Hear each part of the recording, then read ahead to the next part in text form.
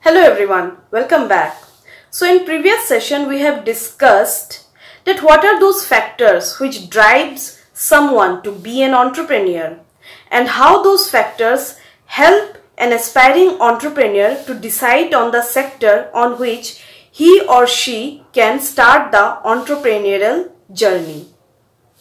And in today's session we will discuss how the rural entrepreneurship is different from urban entrepreneurship and what makes rural entrepreneurship different from other mainstream entrepreneurships. Well friends, the two basic aspects which sets rural entrepreneurship apart from urban entrepreneurship are the scopes and challenges. Well, there are certain things which make up scopes and challenges. Those things are the kind of competition, the resources which we need to start our entrepreneurial journey, which we need to design our offering, the kind of workforce like skilled and unskilled laborers and their interest, the kind of institutions.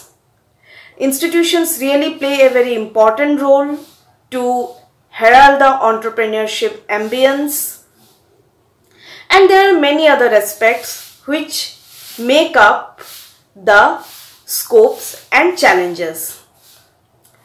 So the kind of scope you will witness in rural areas, you will not witness in urban areas. For example, rural tourism. Rural tourism is an experiential tourism. Sometimes rural tourism can be also called as ecotourism because rural areas are a combination of social and natural lifestyle. Natural because rural people are very close to nature. Yes, unlike urban areas, they are very much dependent on the natural resources over there, not just for their livelihood but also for their day-to-day life. In rural tourism, people from urban areas, suburban areas, big cities experience the rural life. They want to get a break from their mundane life. They want to enjoy the blissful life of rural areas. They want to explore and experience the humble hospitality of rural areas by the rural people. And some other examples of rural entrepreneurship can be the value-added activities. Because agriculture is still the primary occupation of India, and yes, agriculture is mostly practiced in rural areas and India lives in its villages. Still, it is still living in its villages. More than 60% of its population, according to the 2011 census, is still in rural areas, where agriculture is still the primary occupation, and that's why agriculture is still India's primary occupation.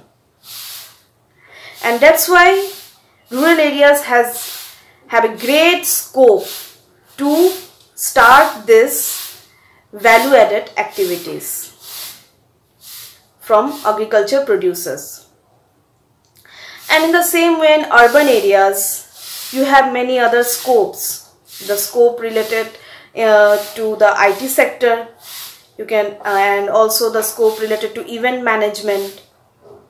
Such sort of scopes are not there in rural areas because the people of rural areas don't have those needs.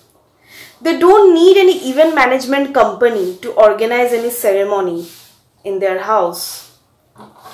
Their social life is so cohesive that they do everything by themselves. And that's why in rural areas, everything is very much culturally related. And you must see the cultural aspect as well before starting any intervention in rural areas. As we have discussed in our previous section, the socio-cultural factors which drive the entrepreneurial journey in rural areas. So that's all for today, friends. We'll meet in the next session. Thank you.